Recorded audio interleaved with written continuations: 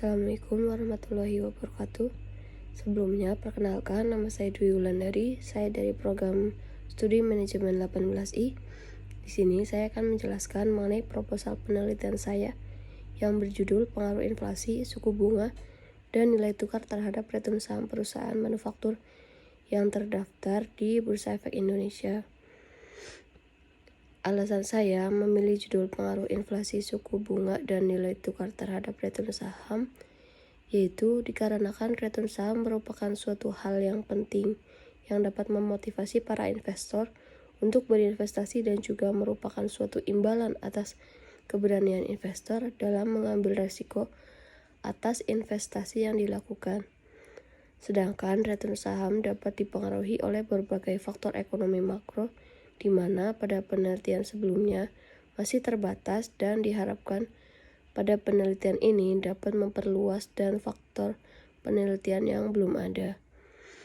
Kemudian, adapun fenomena dalam berinvestasi saham, yaitu seorang pengusaha saham harus memahami return saham dikarenakan return saham merupakan suatu selisih harga jual saham dengan harga beli saham ditambah dividen. Maka seorang pengusaha bisa mendapatkan hasil negatif atau positif maupun untung atau rugi. Hal tersebut bisa dipengaruhi oleh beberapa faktor, terutama faktor ekonomi makro.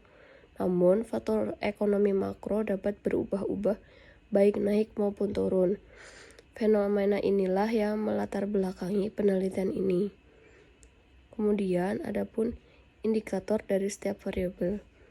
Dalam buku analisis harga saham yang dimodernisasi tahun 2020 oleh Denny Sunario dijelaskan bahwa terdapat komponen utama dalam return saham, yaitu pertama yield, yang mencerminkan aliran kas atau pendapatan yang diperoleh dalam periode tertentu dari suatu investasi atau berupa angka 0 maupun positif.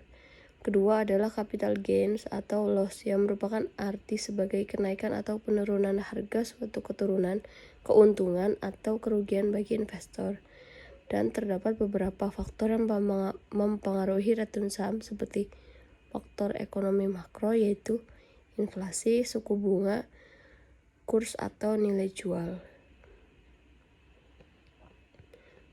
Kemudian adapun paradigma dari penelitian ini yaitu pendekatan penelitian ini yaitu asosiatif atau berhubungan